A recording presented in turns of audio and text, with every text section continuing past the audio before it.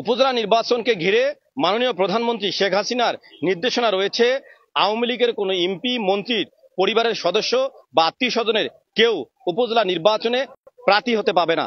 কিন্তু প্রধানমন্ত্রীর সেই নির্দেশনাকে বৃদ্ধাঙ্গুল দেখিয়ে লালমনিরহাটের কালিগঞ্জ উপজেলায় প্রার্থী হয়েছেন সাবেক সমাজ কল্যাণ মন্ত্রী, লালমনিরহাট ২ আদিতমারি এবং কালীগঞ্জ আসনের সংসদ সদস্য, সমাজ কল্যাণ মন্ত্রী, সাবেক সমাজ কল্যাণ মন্ত্রী নুরুজ্জামান আহমেদের ভাই মাহবুবজামান আহমেদ ও ছেলে রাকিবুজ্জামান আহমেদ রাকিব, যা নিয়ে ইতিমধ্যে মিডিয়া পাড়ায় আলোচনা তৈরি হয়েছে।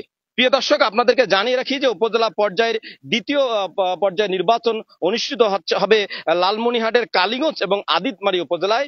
এই দুইটি উপজেলার মধ্যে কালীগঞ্জ উপজেলা কিন্তু সাবেক সমাজ কল্যাণ মন্ত্রী, লালমনিরহাট ২ আদিতমারি এবং কালীগঞ্জ আসনের সংসদ সদস্য নুরুজ্জামান আহমেদের নিজ উপজেলা এবং নির্বাচনী আসন।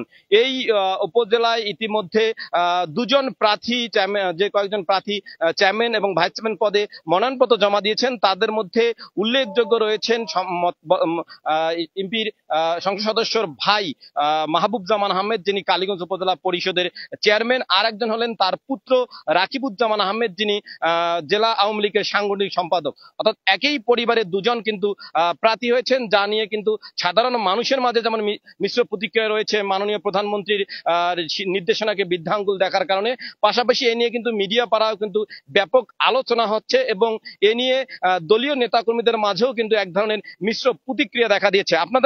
আপনাদেরকে জানিয়ে রাখি, কিছুক্ষণ আগে কিন্তু এই বিষয়গুলো নিয়ে আমরা যে সাবেক মন্ত্রীর ভাই মাহবুবজামান আহমেদ, তার সঙ্গে কথা বলেছি এবং তার ছেলে রাকিবুজ্জামান আহমেদের সঙ্গে কথা বলেছি।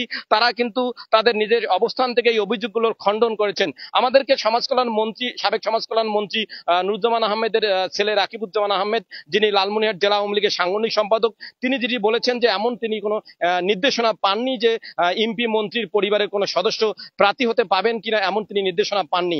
আর মাহবুবজামান বলেছেন যে মাননীয় প্রধানমন্ত্রীর যে নির্দেশনা, সেই নির্দেশনা তার উপর বর্তাবে না, কারণ তিনি রানিং উপজেলা চেয়ারম্যান, পাশাপাশি বর্তমান যে সংসদ সদস্য রয়েছে তার সঙ্গে তার কিন্তু একেবারে সম্পর্ক নেই বলে যে কারণে তিনি এমন অভিযোগ করছেন। পাশাপাশি কিন্তু পাল্টাপাল্টি অভিযোগ রয়েছে নির্বাচনের পরিবেশ নিয়ে।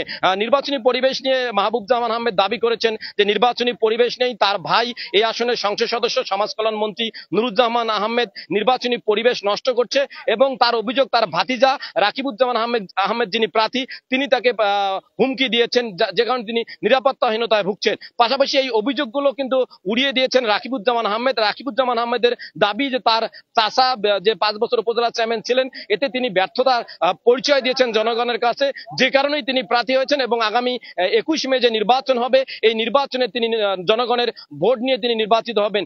এই ছিল লালমনিরহাটে চাচা ভাতিজার লড়াইয়ের সর্বশেষ খবর। আসাদুজ্জামান সাজু, এল নিউজ অনলাইন, লালমনিরহাট।